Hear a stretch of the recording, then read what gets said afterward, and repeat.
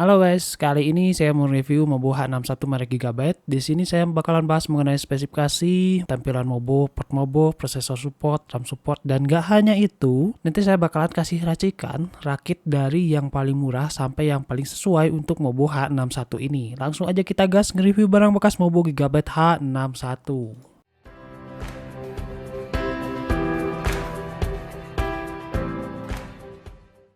Spek singkat mengenai Gigabyte GA-H61DS2.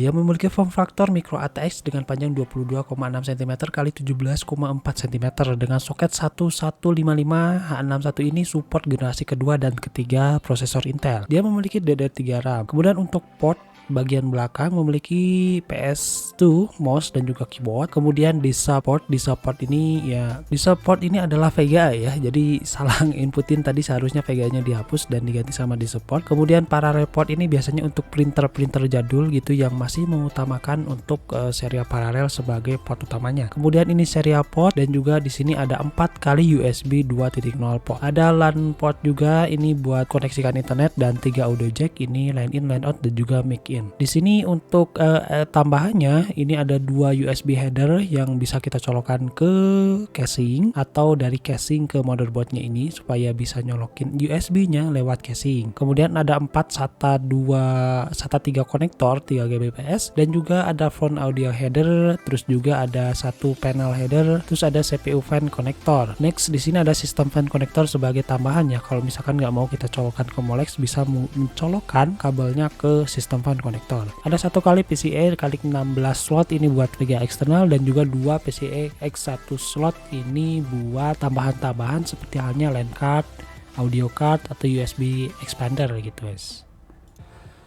Berikutnya untuk motherboard Gigabyte support ini, dia support tentunya Gen 2 dan Gen ketiga. Kalau dilihat ini Gen kedua dari S7 itu mudah ya dibedakannya. Generasi kedua itu sufiksnya awalnya ini 2, kemudian generasi ketiga sufiksnya awalnya ini 3. Dari i7 2600 sampai 2700, kemudian untuk generasi ketiga dari 3770 sampai 3770K. Jadi untuk varian i7 ini dari generasi kedua dan ketiganya ini cuman sedikit ya. Untuk i5 generasi kedua 2300 sampai 2550, terus juga generasi keduanya dari 3000, generasi ketiganya dari 3330 sampai 3570T. Untuk i3 generasi keduanya juga dari 2100 sampai 2130, sedangkan generasi ketiganya dari 3210 sampai 3250T. Sedangkan untuk Pentium G, Celeron G ini ada banyak variabelnya ya, variannya yang dimana agak sulit untuk dibedakan. Jadi kalau misalkan mau beli Intel Pentium J atau Celeron G, bisa di search dulu ini support untuk generasi berapa ya, ataukah support generasi kedua, ketiga, pertama, atau bahkan keempat gitu. Jadi G45T sampai G2130 ini untuk Pentium G, dan untuk Celeron G440 sampai G1620. Untuk Xeon ini prosesor server ya, dari E3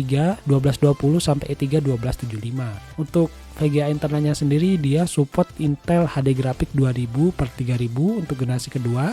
Sedangkan kalau kita pakai prosesor generasi ketiga, dia support grafik 2500 atau 4000 untuk generasi ketiga. Support dual channel up to sampai 16 GB. Jadi kita bisa pasang RAM 8x2 GB. Di sini cocok untuk RAM-nya yang sampai 2200 MHz, dan tentunya ini harus di overclock, dan yang standarnya itu 1333, 1060 dan 800 MHz untuk support RAM-nya. Dan ini adalah tampilan fisik dari Mobo H61M DS2 dari Gigabyte. Di tengah Mobo ini terdapat tempat prosesor dengan soket 1151. Nah, kemudian kalau misal kita mau geser ke kiri atas, terdapat port untuk CPU power. Next kita geser ke sebelah kanan, di sini terdapat 2 tempat untuk RAM DDR3. Agak bawah dikit terdapat colokan untuk pin power 1x24 pin ya. Kemudian kita geser ke tengah, terdapat colokan untuk CPU fan atau heatsink dan juga ada baterai CMOS di situ. Next bagian bawah terdapat 1 slot PCIe X16 ini untuk VGA eksternal. Kemudian terdapat 2 slot PCIe X1 ini untuk slot tambahan ya, semacam sound card, LAN card hingga USB card expander. Untuk colokan-colokan yang ada di paling bawah ini saya urutkan dari yang paling kiri ke kanan, yaitu F audio ini untuk colokan audio pada casing. Kemudian terdapat sysfan, ini colokan tambahan untuk fan selain menggunakan Molex, dan 2 slot USB sebagai colokan USB 2.0 yang ada di casing. Sebelah kanannya terdapat front panel dan speaker buzzer. Untuk colokan yang paling kanan tentunya colokan SATA. Di sini terdapat 4 colokan SATA yang bisa kita manfaatkan untuk hard disk, SSD atau DVD internal SATA. Next, untuk colokan bagian belakang kita bahas dari atas sampai bawah. Colokan paling atas ini adalah colokan PS2. Untuk colokan PS2 ini udah jarang digunakan ya, terutama sebagian besar untuk keyboard dan juga mouse ini sudah beralih ke USB. Di bawahnya terdapat serial port, parallel port, dan VGA port. Kemudian terdapat 4 colokan USB 2.0, 1 LAN port, dan di bawahnya terdapat port untuk audio. Oke, dan sekarang kita masuk ke BIOS dari Gigabyte H61M. Kita masuk di BIOS H61M ini diawali dengan menu MIT, yang dimana MIT ini berfungsi untuk mengatur pengaturan seperti prosesor, voltasenya, clocknya maupun RAM-nya ya. Jadi untuk pengaturan secara global, secara performa ini bisa diatur pada tab menu MIT ini.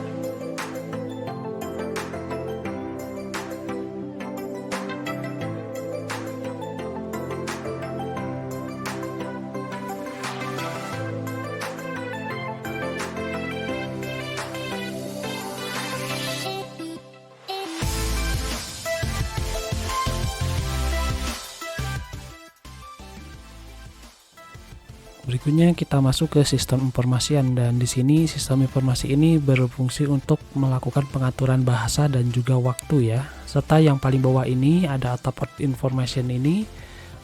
Di sini port 1, 2, 3 dan 4. Jadi kalau ada hard disk yang terpasang di salah satu port ini, maka akan terbaca ya di atap portnya itu. Kemudian untuk BIOS fitur ini ada pengaturan first boot ya. Dari pengaturan first boot ini bisa dilihat yang terhubung ini ada hard disk 500 GB, dan kemudian ada beberapa pengaturan yang bisa kita ubah di sini yang berkaitan dengan booting ya, seperti fast boot, limit CPU ID, dan juga intervirtualization teknologi.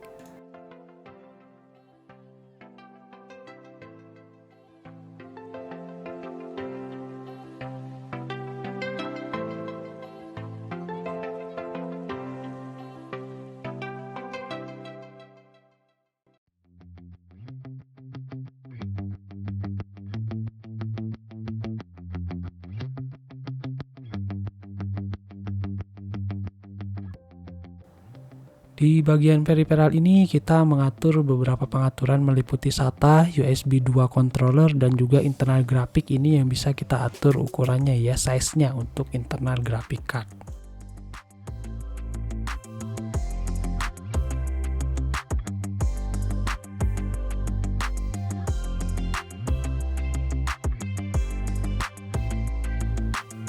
Kalau masuk ke power management ini ada beberapa pengaturan, misal ini alarm dan juga timer, shutdown dan lain sebagainya ya. Ini juga ada ERP. Terus kalau yang bagian terakhir ya penutup ya, save dan exit ataupun without saving gitu.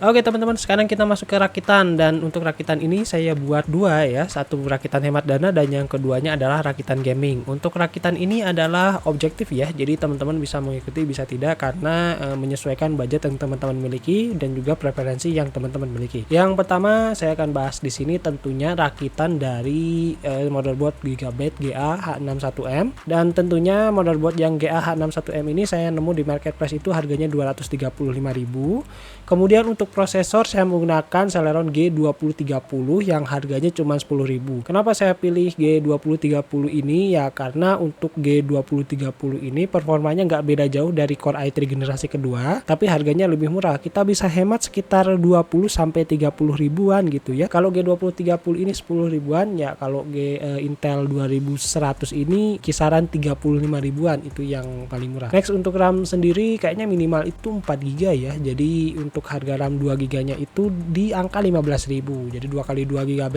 ini 30.000 harganya. Untuk hard disk ya karena kita menghemat tentunya 160 GB harusnya cukup sih. Diinstal Windows XP atau Windows 7 itu mungkin Windows 7 ya. Windows 7 ini masih ada space banyak, dan ada untuk 160 GB ini termurahnya itu cuman 25.000 aja. eGPU Intel HD ini jadi nggak pakai GPU eksternal. Jadi tujuannya untuk hemat dana ini ya untuk game-game ringan semacam Game House atau Alien Shooter, Zombie Shooter yang pokoknya yang grafik-grafiknya itu grafik PS1 gitu guys. Kemudian untuk power supply ini power supply-nya wheel up, harganya 30 ribuan ya karena kita menghemat. Menurut saya masih bisa diandalkan untuk power supply ini karena kita nggak pakai VGA dan juga kita ngepress budget bener-bener guys ya. Jadi untuk PSU ini ya sebenarnya nggak disarankan sih, tapi menurut saya ini harganya yang paling worth untuk digunakan untuk hemat dana. Dan untuk monitor ini yang 19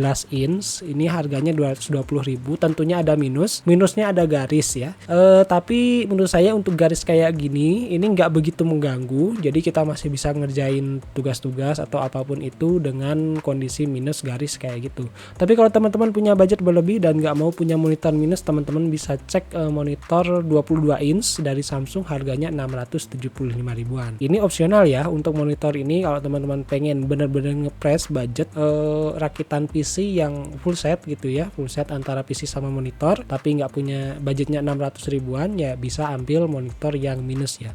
Kalau monitor yang bagus itu ya tadi 670 ribuan, jadi harus tambah lagi ekstra cash ya. Untuk casing sendiri ini preferensinya masing-masing ya, teman-teman mau beli yang 50 ribuan atau teman-teman mau beli yang 100 atau 200 ribuan itu bebas ya. Jadi karena judulnya hemat dana, saya pilih casing bekasnya yang 55 ribuan. Biasanya ini copotan bekas warnet atau bekas kantor gitu untuk casing bekas. Total untuk semua ini rakitan hemat dana ini 605.000 aja. Gimana teman-teman untuk hemat dana ini cocok atau enggak? Kalau misalkan kurang cocok punya rakitan sendiri bisa di-share di kolom komentar. Oke teman-teman, setelah tadi kita membahas rakitan hemat dana, sekarang kita masuk ke rakitan gaming dari Gigabyte H61. Tentunya untuk Gigabyte-nya sendiri masih sama, harganya 235.000 dan ini saya menggunakan prosesor i5 3570. Kenapa nggak i7? Sebenarnya untuk rakitan generasi kedua atau generasi ketiga, apalagi generasi keempat, sayang banget ya untuk i7 karena i7 ini masih jauh banget harganya dibandingkan i5, apalagi i3 itu kan sekarang udah nyentuh puluhan ribu kan ya, nyentuh puluhan ribu, 20, 30, 50 sampai hampir 100 ribu gitu kan, jadi masih under 100 ribu untuk i3. Nah i5 ini 235 ribu dan i7 yang 3770 itu harganya 475 ribu. Menurut saya ya antara i5 sama i7 ini perbedaannya itu di thread-nya aja ya. i5 ini 3570 ini thread-nya 4 core 4 thread, sedangkan i7 3770 ini 4 core 8 thread. Jadi bebas ya menurut preferensi teman-teman, karena untuk GA H61 ini mentoknya di i7.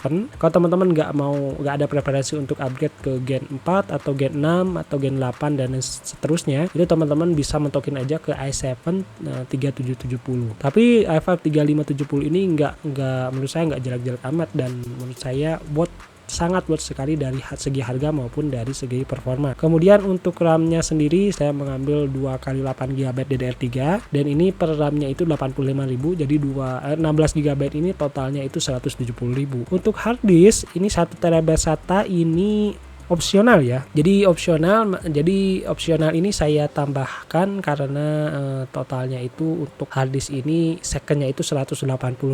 Kalau teman-teman memang perlu silahkan beli harddisk 1 TB SATA atau mungkin ya 500 GB aja udah cukup. Untuk 500 GB juga sekarang harganya 60 sampai 110 ribuan itu untuk harddisk yang second ya. Karena untuk harddisk di bawah 1 TB ini harddisknya itu nggak ada yang baru, semuanya antara second sama refurbish semua ya. Jadi kalau misalkan yang baru yang 0-0 oris itu biasanya itu refurbish, si dalamannya itu udah di servis. Jadi menurut saya untuk harddisk ini karena kita buat gaming tentunya mau nyimpen game-game yang banyak ya, apalagi GTA 5 sekarang udah nyentuh 120 GB itu untuk update-nya, belum lagi ya game-game lain semacam Valorant dan lain sebagainya itu pasti akan terus update. Nah jadi kenapa saya menggunakan 1 TB SATA ya karena untuk gaming gitu. Cuman ini opsional opsional aja ya. Kalau misalkan mau yang 1 terabyte SATA, tetap saya nyaranin beli yang baru. Tapi karena di sini ya mungkin kalau misalkan dananya terbatas, ini alternatif bisa beli yang second yang 180 ribuan. Kemudian kalau misalkan teman-teman penasaran mau yang baru itu harganya berapa, nah ini lumayan jauh ya perbedaannya. Untuk yang baru itu dari WD Blue itu 878.000, jadi sangat jauh sekali, hampir 1 juta untuk harddisk 1 terabyte, berbanding jauh sama prosesor sama motherboard ini nggak nyampe ya. Jadi saya masukkan yang 1 terabyte SATA ini yang second, harganya 180.000 aja. Kemudian untuk VGA, kenapa saya ambil GTX 950? Karena setelah saya cek di bottleneck kalkulator dengan i5 3570, si GTX 950 ini cuman dapat skor 0,9. Ini semakin rendah semakin bagus ya, apalagi sampai 0%. 0% itu benar-benar istilahnya cocok ya antara VGA dengan prosesor, jadi nggak terlampau jauh untuk bottlenecknya. Kalau semakin tinggi misal 50% atau 80% itu bisa aja GPU-nya udah ngos-ngosan tapi CPU-nya masih santai, atau sebaliknya CPU-nya udah ngos-ngosan ya, si GPU-nya, graphic card-nya ini masih santai gitu. Jadi untuk bottleneck kalkulator saya patokannya ambil dari situ. Untuk GTX 950 harganya 800.000 ini cocok disandingin dengan i5 3570. Next, power supply. Sebenarnya untuk power supply ini menurut saya makin mahal makin bagus sih ya. Jadi ini saya ambil PSU Segotep yang mungkin kalau misalkan PSU saya budgetin aja 500.000 ya. 550 watt harganya 535.000. Tapi kalau teman-teman nyari yang power supply alternatif yang agak murahan gitu ya, walaupun nggak saya rekomendasikan, ini ada PSU dari Infinity 550 watt harganya 450.000 aja. Beda ya hampir 100.000 sih. Cuman ya menurut saya lebih baik ambil yang Segotep aja sih. Atau mungkin kalau misalkan teman-teman punya preferensi yang agak bagus di harga 500 ribuan bisa ditinggalkan di kolom komentar. Next, untuk monitor ini ada Samsung 24 inch harganya 1.245.000. Dari monitor ini dia keunggulannya udah IPS sih. Udah IPS, kemudian dia udah 100 Hz juga untuk refresh rate-nya. Jadi untuk Samsung 24 inch ini dari harga juga udah murah, tapi dia juga udah IPS gitu guys dari panelnya. Next, untuk SSD ini saya ambil yang 256 GB. Alternatif untuk SSD ini dari Vigen ini ada Vigen Rescue. Ini harganya 261.800 ya. Perbedaannya juga ya 100 ribuan. Tapi untuk yang Vigen Rescue ini ukurannya 240 GB. Jadi gak beda jauh, tapi menurut saya lebih baik ambil yang ini aja, yang sekalian aja, yang Vigen Platinum aja sekalian. Kemudian untuk casing, nah ini untuk casing ini kembali lagi ke preferensi masing-masing ya, karena untuk casing itu menurut saya ada yang suka yang simple, ada yang suka glassnya, ada yang gak suka ada glassnya, jadi macam-macam. Kalau misalkan teman-teman suka yang harga 100-200 ribuan, menurut teman-teman itu udah bagus ya, it's okay. Kalau teman-teman punya budget berlebih, pengen estetiknya keren banget gitu, walaupun cuman i5 generasi ketiga, tapi teman-teman nyari casing yang harganya 1-2 jutaan, itu ya monggo-monggo aja, nggak masalah gitu kan ya. Ini saya ambil Varo Prime ini karena ini berdasarkan preferensi saya pribadi, saya suka dengan casing ini, makanya saya masukkan ke sini di harga 338.000. Total untuk rakitan gaming ini 4.085.000 ya. Jadi ini untuk harga 4.085.000 ini bukan harga final, karena teman-teman pasti bisa menemukan harga yang lebih murah ataupun yang lebih mahal. Dan saya kembalikan lagi ke teman-teman, karena yang namanya rakit ini opsional ya semuanya. i5 ini bisa diganti i3 bisa diganti ke i7, kemudian si harddisknya ini yang 1 TB bisa ditambah jadi 2 TB atau cuma 500 GB gitu. Untuk VGA nya sendiri teman-teman bisa pakai GTX 1050 atau 1050 Ti atau 1060 sekalian gitu, atau mungkin dari AMD RX 570 gitu ya, macam-macam lah ya. Apalagi dari casing, semuanya basisnya opsional. Di sini untuk rakitan ini sifatnya objektif. Nah teman-teman, kalau misalkan punya saran rakitan atau misalkan punya masukan mengenai rakitan gaming maupun hemat dana, teman-teman bisa tinggalkan di kolom komentar. Akhir kata, makasih banget yang udah nonton. Kita jumpa lagi di konten-konten yang selanjutnya. Jangan lupa like dan subscribe biar nggak ketinggalan konten-konten yang selanjutnya. Saya ucapkan terima kasih banyak yang udah nonton.